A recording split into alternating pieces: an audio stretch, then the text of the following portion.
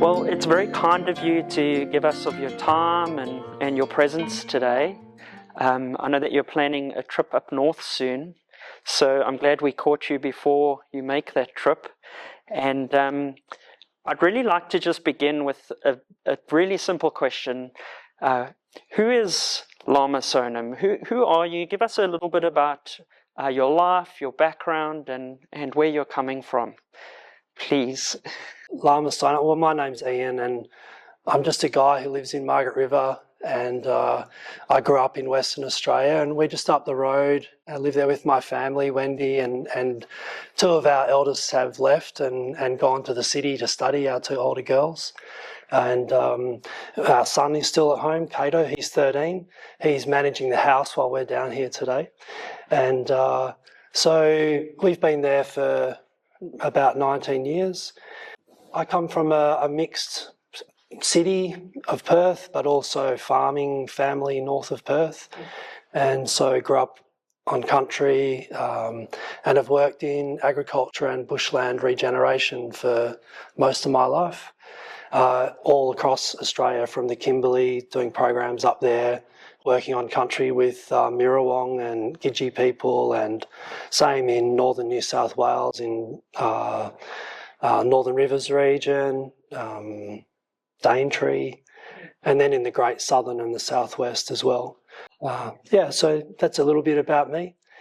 We started Tig-Le House in 2010 on the request of my teacher, so I'm part of a lineage tradition.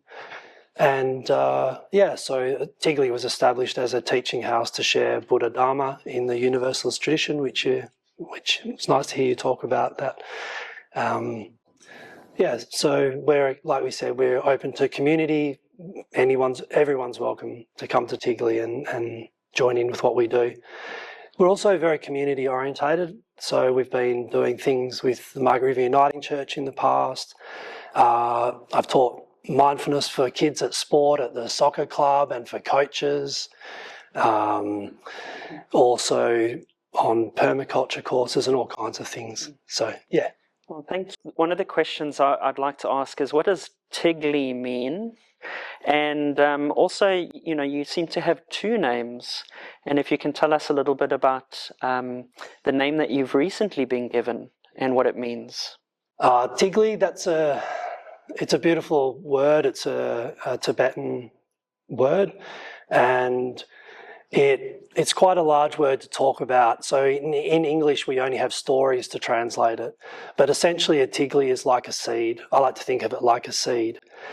It's something that is a storehouse of the intelligence and wisdom of life and nature. And that if that is given the right conditions, that intelligence and that wisdom, it can arise in the human mind, in the human life. And from that, humans can understand how to live in the world in a more harmonious way. So that makes the opportunities for future seeds of peace and health in the world. So Tig-Le is a teaching house with that intention.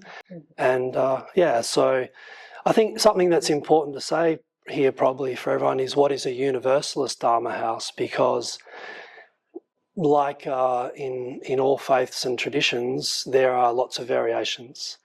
So a lot of people have a perception of what Buddhism might be. A lot of people will think of the Dalai Lama straight away, say, or something else you're familiar with. A Universalist Dharma tradition is we are independent of institutionalized Buddhism. However, we operate under a lineage of practitioners. So teaching is passed down orally from student to teacher over time. And that's been going on, since the early days of after Buddha's passing. So Universalist Dharma means it's universally understandable. It's universally recognised that the intelligence and wisdom of compassion lives in human beings, regardless of your place, culture, ethnicity, or wherever you are from in the world. And so that intelligence or understanding that the wisdom of compassion is very important in the world is not held within purely one tradition or one institutional power. And so Tig-Le gets to operate independent from that. but also we have friends and connections to people in the Tibetan Buddhist culture, especially for me, it's in the Kagyu tradition. And the Mon people of northern Burma, who were the Weza tradition of Dharma. They don't call themselves Buddhists, they call themselves Dharma wizards. And so they're a rural community-based people from northern Burma. So Tig-Le House is based on that teaching. And the name Lama Sonam, I was recently, last year, anointed as a lineage carrier for that tradition, for that Universalist tradition. And so Lama means a few things, but essentially it means carrier of tradition as a teacher. Another beautiful meaning of Lama is it's mother and father in the one birth. So carrying the feminine and the masculine energies and understandings of life. So to be a good parent to people in the world. And so that's a very important title to carry and has a lot of meaning. Sonam just means the accumulation of good qualities through practice. So, if you'd known me 30 or 40 years ago, you might think, who's this guy sitting here in front of me today? I don't know. Yeah. Yeah, thank you. I hope that helps. No, it does. Can you tell us a little bit more about how you came to be a Universalist Buddhist teacher, and some of the the unique and key teachings that you bring into the world?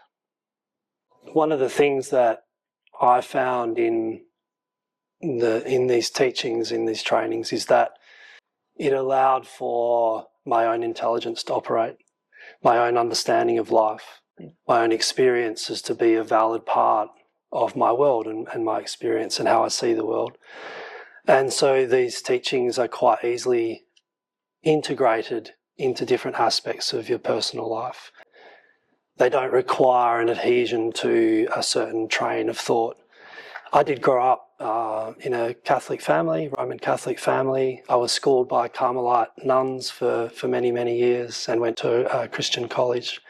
And so, and I was an altar boy and all these things as a kid. So I have a love of the sacred and ceremony and so on.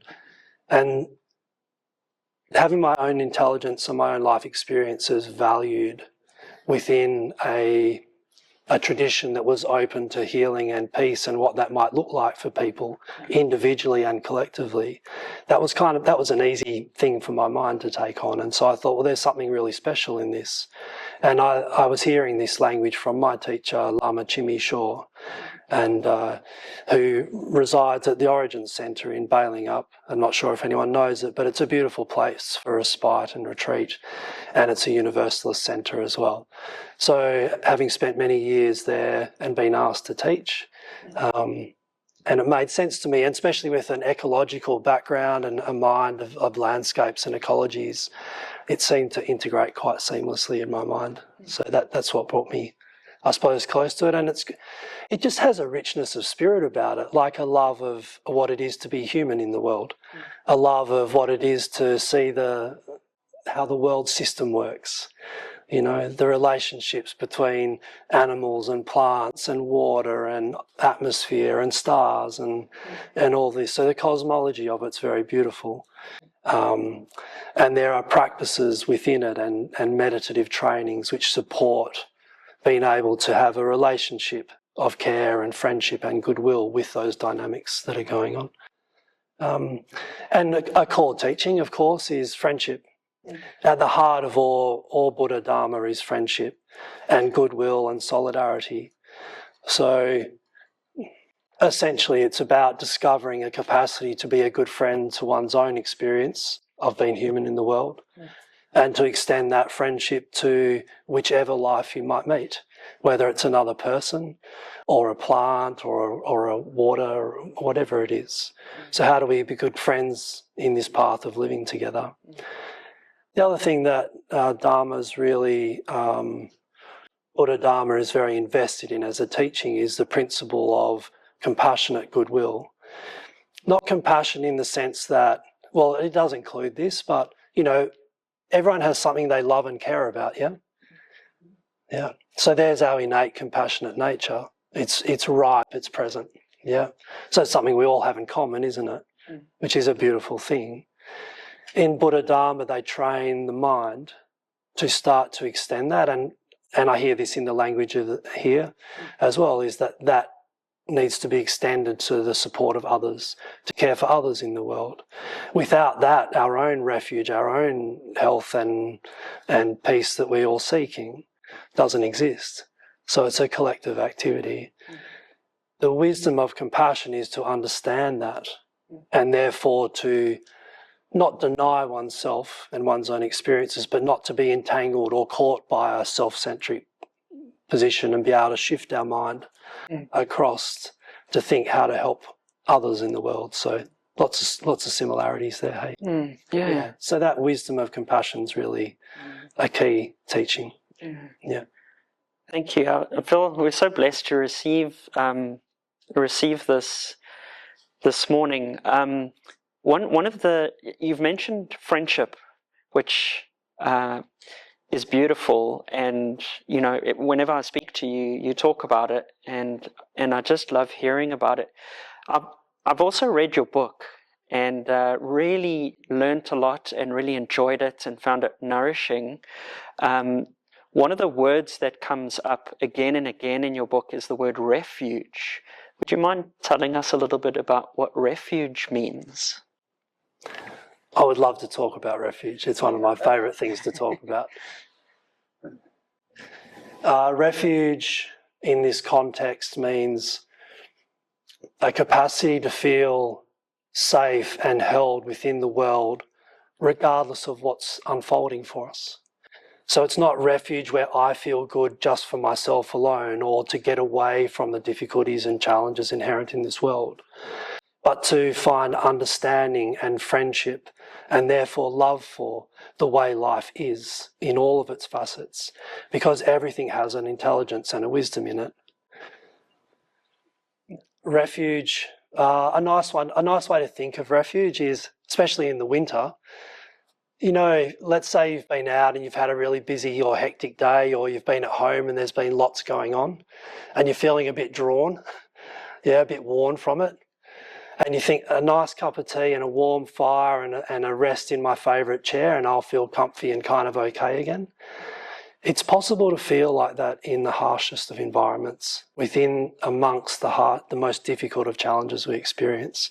And so refuge as a practice and a principle of teaching is to discover how to know of that as I walk in the world. So it's quite a work to do that. It's an ever-present, endless work, but it is possible to discover that refuge.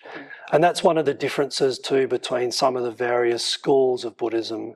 The Universalist approach says, if I can discover a capacity to be stable and calm and healthy and well, calm not meaning chill, but able to respond well in difficulty, then I kind of have an obligation, or can make a commitment to then use that capacity for refuge in the world I live in meaningful ways.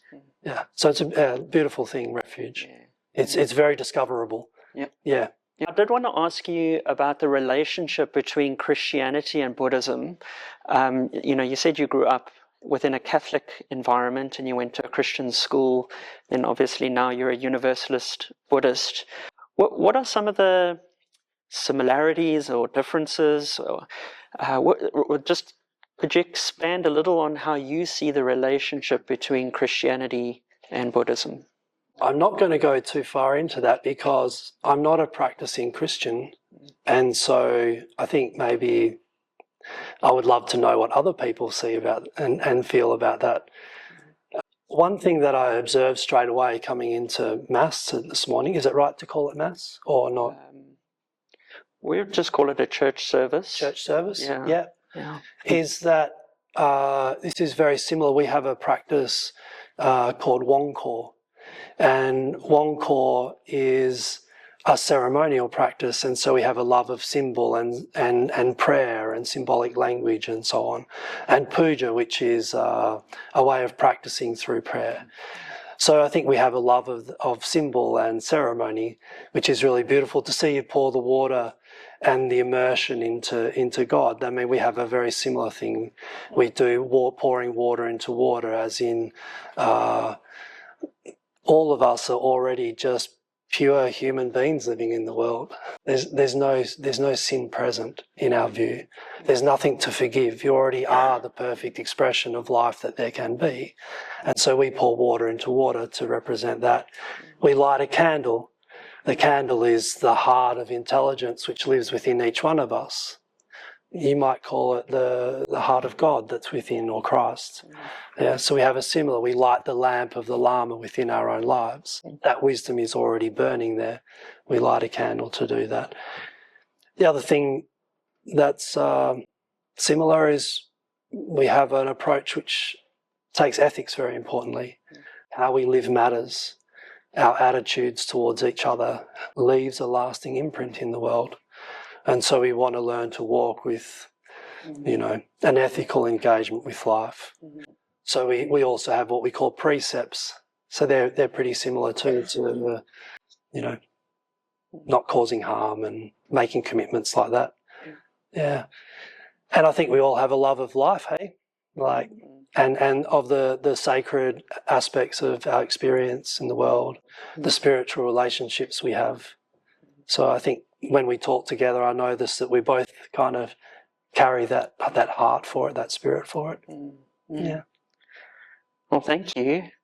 I'm glad I asked that because it's really interesting. So if I could ask, what kind of practices do you engage in? As you've mentioned some of them already, but what are some of the core practices, like the everyday kind of spiritual practices that you have? So the mindfulness training, which is at the heart of our tradition, which is quite an expansion on the mindfulness in modern Western culture, it's quite different, is the beginning, middle and end of all practice. If to be mindful is to be attentive to what it is to be human and alive in a way that fosters friendship with all aspects of our experience, to create a fullness of mind and life here, then that's the core practice that we do. So it requires being attentive. A lot of mindfulness in our modern context is kind of brought down to that being attentive to things, and that's an essential first step. But how to be a good friend to our experience is not an easy question. And so when you do that for yourself, like if I'm trying to understand what it is to be a good dad in the world to my son, how do I be a good friend to me who was a son as well and had a dad? So it opens a big doorway, doesn't it? Now, it could be quite easy for me to fall into a very personal dialogue there. And mindfulness is saying, hold on a second, this is a human experience. We all had fathers, whether we knew them or not. Yeah. To be a son is an ordinary aspect of being human in the world. There's nothing weird about it or strange or different or unique. Yeah. And it has an ecological feature, function or intelligence about it, which could be understood. And so mindfulness is the practice of kind of training my mind to look at experience in that way. Now, I don't have to find the answer, but if I discover something intelligent about life in there, it'd be nice to know about it because it can be helpful. So mindfulness in that context is our main practice. Okay. Yeah. Is there anything else you would like to express this morning? He's a very intuitive man. As I was sitting then, I wanted to make sure that I had a chance to say all practice is about becoming familiar. Calm grows from familiarity. A lot of us are looking for calm somewhere else, like I've got to go and get calm from somewhere. Calm can only be found here. The more familiar I become with what it is to be human and alive, and to understand other people's experience of that, that's where calm grows, and that's where peacefulness is often found.